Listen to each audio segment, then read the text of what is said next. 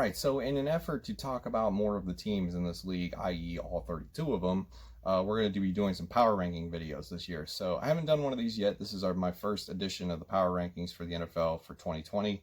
So these are always fun, and what I hope this does is it opens up a dialogue in the comment section with fans of other teams other than Minnesota, because I'm always interested to learn what fans of other teams think of those teams. What do you think about player X? What do you think about strategy Y? What do you think about the remaining part of your schedule? Do you disagree or agree with where I'm about to put your team up here on the board? So I'm going to rank all the teams, starting with a 32nd team, work our way up to number one, say one or two things about each team. I don't want to drag this video on, make it a half hour. So the criticisms, comments about each team will be short, and the idea is just to sort of reflect what I think about the overall landscape of the NFL right now, where we're headed, where we've been, and to get some feedback from teams, fans from around the league. So that's the idea. So, and if this is good, we'll do more of these. Hopefully, I don't want to do one of these every week. Maybe that might be a little too much, but we'll see how it goes. So anyway, without further ado, coming in dead last at 32 in the power rankings, I think is no surprise, the New York Jets. You're 0-9. You're headed for can't talk. You're headed for Trevor Lawrence in the NFL draft. Fire Adam Gase and get on with it. Number 31 in the league. 31 in the power rankings is the Jacksonville Jaguars. The only other team in contention for Trevor Lawrence. Minshew Mania is over, and at this point you're just evaluating talent and getting ready for next year with or without Doug Marrone, but I would hedge my bets on probably without.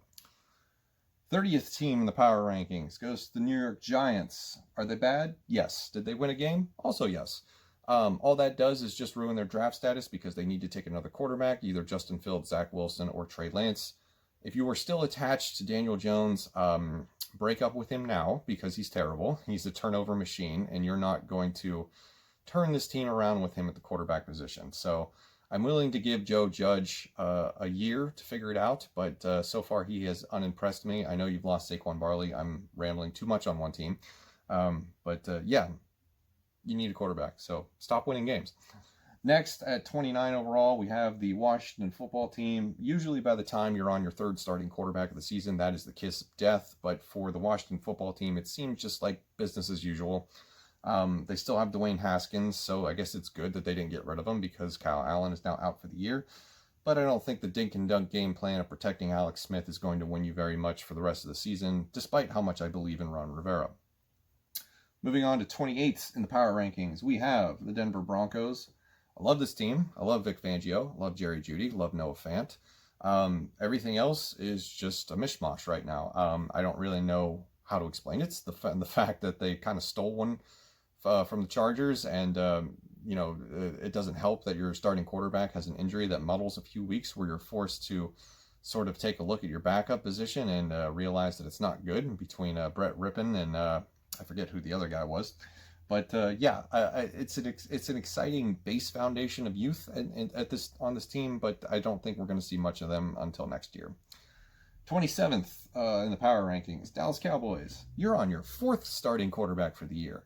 That's even worse, but I have you higher because the talent on this team is much, much better. The offensive line is crap, yes, but whose offensive line in this league isn't a big pile of crap, right? You and 20 other teams have terrible offensive lines. There's only a select few NFL franchises that can say they have good offensive lines. But excited to see Garrett Gilbert going forward. Number 26, Detroit Lions. As I have said before in my previous videos, if you are a viewer of mine that's been here for a while, you know I don't like Matt Patricia all that much. And he has done nothing really to encourage confidence since he replaced Jim Caldwell. The running back situation baffles me to this day, where you spend a high draft pick on DeAndre Swift and you just don't utilize him. I don't understand what that is. So somebody from Detroit explain that to me. Kenny Golladay being hurt a lot this year really sucks. I was looking forward to him having a big season. And I just feel bad for Matthew Stafford, who's been in Detroit for this long, and it's amounted to next to nothing. Moving on to 25, we have the Cincinnati Bengals.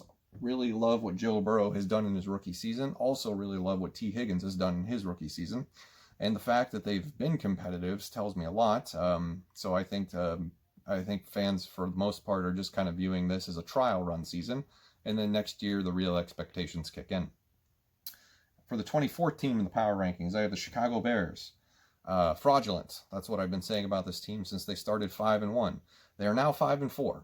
So I was correct. This is a fraudulent franchise, at least for this season, that is desperately looking for any reason to probably go back to Mitch Trubisky because the offense just isn't clicking. They have no run game to speak of at halftime last week. Their leading rusher with 11 yards was a goddamn linebacker, Barkevius Mingo. So that's kind of sus. I don't know, but from what I've heard, Bears fans aren't really too happy with Matt Nagy right now. 23 in the power rankings, I'm going with the Texans. That's a little high, I think, for most people, but the fact that they kept Will Fuller inspires some confidence, and the fact that this team is still quarterbacked by Deshaun Watson is the reason that I'm going to leave them this high, because I still have confidence in him as well. Don't take away teams' primary receivers. Just stop doing that. What are you doing, Houston? Have you learned nothing from firing Bill O'Brien? Next, we have the 22nd team in the power rankings. I'm giving that to the New England Patriots. Fresh off their exciting win against the Jets. It's the Jets. It shouldn't be exciting. Don't make it dramatic when you don't have to. Cream that team and get out. So, Cam Newton's been struggling. This roster is abysmal. They're going to get some players back soon. Sony Michel, N'Keal Harry. But it's Bill Belichick, right? He's still the mastermind of the NFL, and despite having a roster that's made of, spare parts and hand-me-downs that nobody wanted, I think he can still pull this off, despite his record being pretty terrible right now. But it's Bill Belichick. I still have hope. 21st in the power rankings, surprisingly, the Atlanta Falcons. They've sort of made a go at it after beating the Vikings. That was sort of their statement game.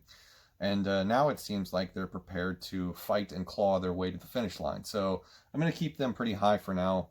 If anything changes, like an embarrassing loss or another, fourth quarter blown lead, whatever have you, maybe I'll dump them down. But for right now, 21 feels pretty good. For 20 in the power rankings, the 49ers have completely lost the battle of attrition this year. So many injuries to speak of, an absolutely depleted roster through no fault of their own. I think the Jimmy Garoppolo experiment needs to end this season.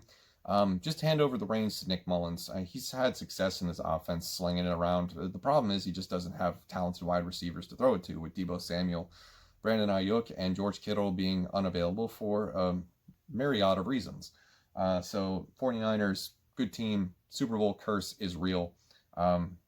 Super Bowl loss curse is real. Let's put it that way. At number 19, it's the Minnesota Vikings. This may be a little bit of a recency bias thing, but for the last 2 weeks, they've discovered the winning formula in Minnesota, and that is don't let Kirk Cousins do anything. After we learned from the Falcons game with his first half meltdown of 3 interceptions, they decided to put the training wheels back on this. What has he been in the league, 9 years now? And he's only throwing 14, 15 times a game. Dalvin Cook is the star. He enters himself into the MVP conversation, having missed a game and a half, and being the league's leading rusher, doing it in a dramatic fashion. Yes, it was the Packers. Yes, it was the Lions. I think this momentum continue. Is it a sustainable formula for winning football games? Probably not. We're probably looking at 7-9 at best, maybe 5-11, 6-10. For the 18th team in the league, I'm going with the Chargers. Love Justin Herbert. Absolutely love Justin Herbert. Don't love that they keep losing one-score games. Somebody explain that to me. I really love Anthony Lynn. I want him to keep that job. I think he is the man for that job, and I don't want that to be a reason that he gets axed. So hopefully they get Austin Eckler back. They overcome some of these problems, and they find a way to close out games. But Justin Herbert is the real deal. 17, Philadelphia Eagles.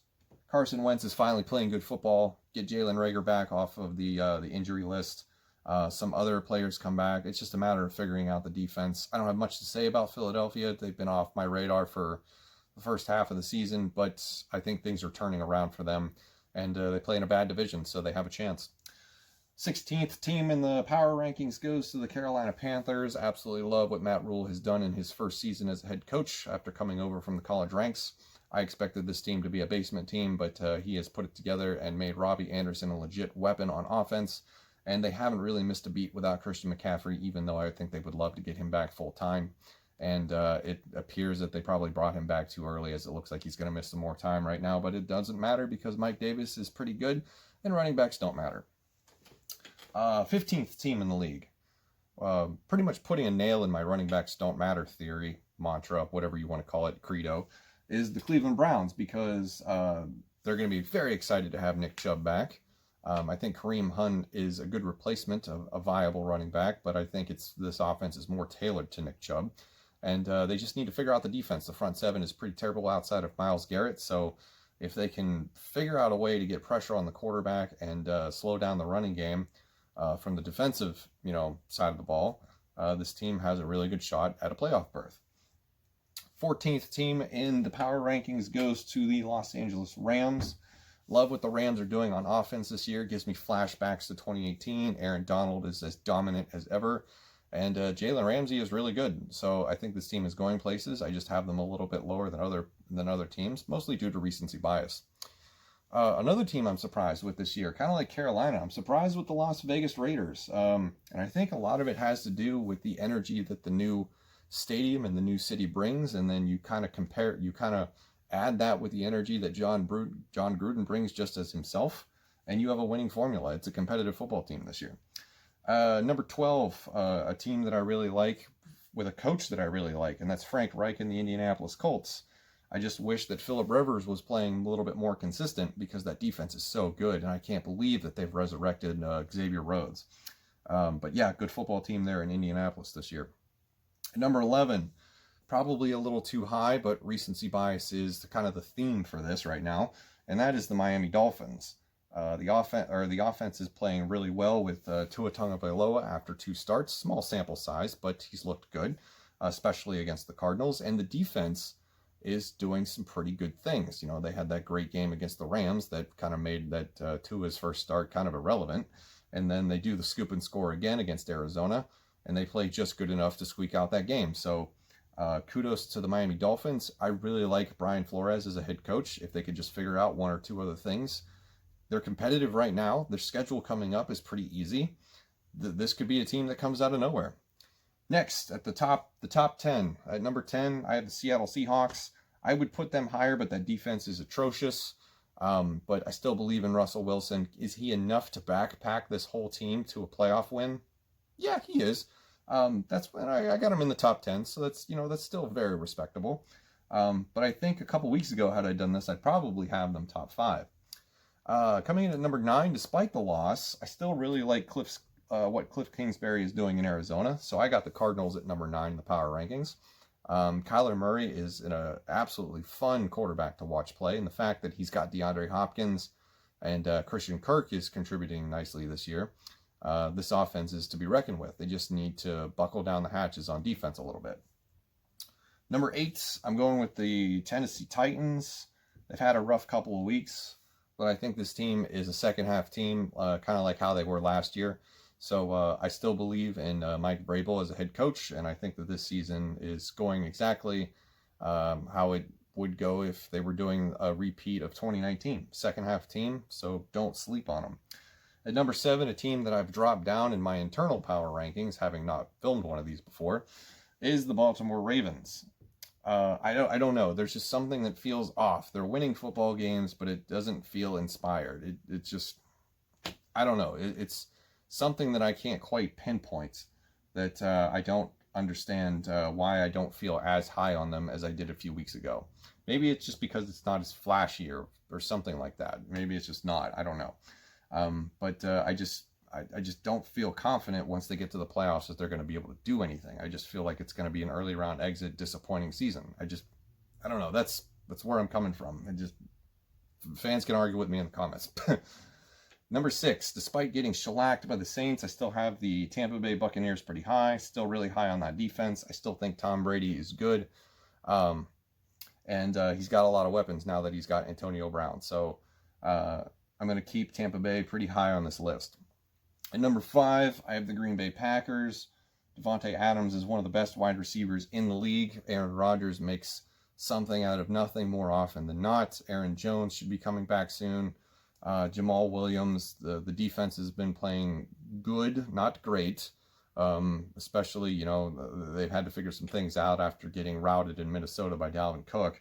But I still believe in Aaron Rodgers and Matt LaFleur and company, so I still really like the Green Bay Packers to be a very competitive team in the NFC playoffs. I think the NFC is more open than the AFC, if you will. It feels like the NFC could be just about anybody. Number 4, I said in the Pick'em video for week 10, for the last Pick'em video, that this team for week 9, they needed to make a statement. And to make a statement, they would have to beat the Seattle Seahawks. And what did they do? They did it. So I'm going with Buffalo Bills as the 4th team in the power rankings. Really love Josh Allen. I've been a Josh Allen truther ever since he was drafted. I've been on that bandwagon. I was one of the OGs on that bandwagon, even before it was a bandwagon. And very excited what's going on in Buffalo. Love Gabriel Davis too. Just wanted to throw that out there. Number 3 team, maybe a little high for most people, but I'm going to go with the Saints. The Saints are just, to me, a complete team. You get Michael Thomas back.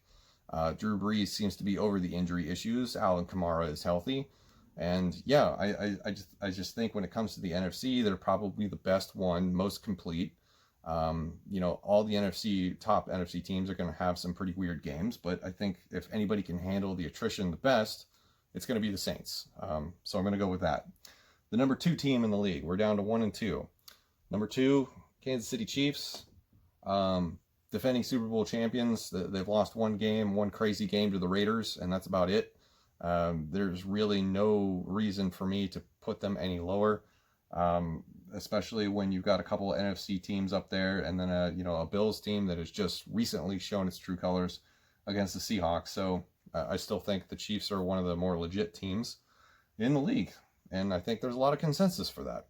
My number 1 team in the power rankings is the Pittsburgh Steelers, the only undefeated team in the league that remains, and this is working out well because they were my Super Bowl pick for the AFC representative. It was them and the Cowboys, but we'll forget about the Cowboys part, right? Absolutely dominating defensive line. Minka Fitzpatrick shows up big last week. It's just the fact that the Cowboys gave them a scare, and you know what? That's fine because good teams find a way to win games where they don't look good that week. You get ugly wins, so it's okay.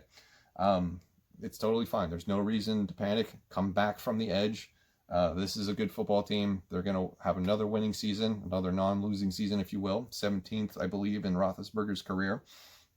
It's just a matter of keeping him healthy and keeping Deontay Johnson healthy, because when those two guys are on the field, this offense is dynamic, and the emergence of Chase Claypool has changed a lot. The defense is solid. It's a very complete, very competitive, very strong, and if we get fans in the playoffs, it's going to be a huge home field advantage playing in Pittsburgh. So that is my power rankings for November 10th of 2020, first one of the season. Let me know what you think in the comments below, and maybe we'll do another one of these next week. See you in the next one.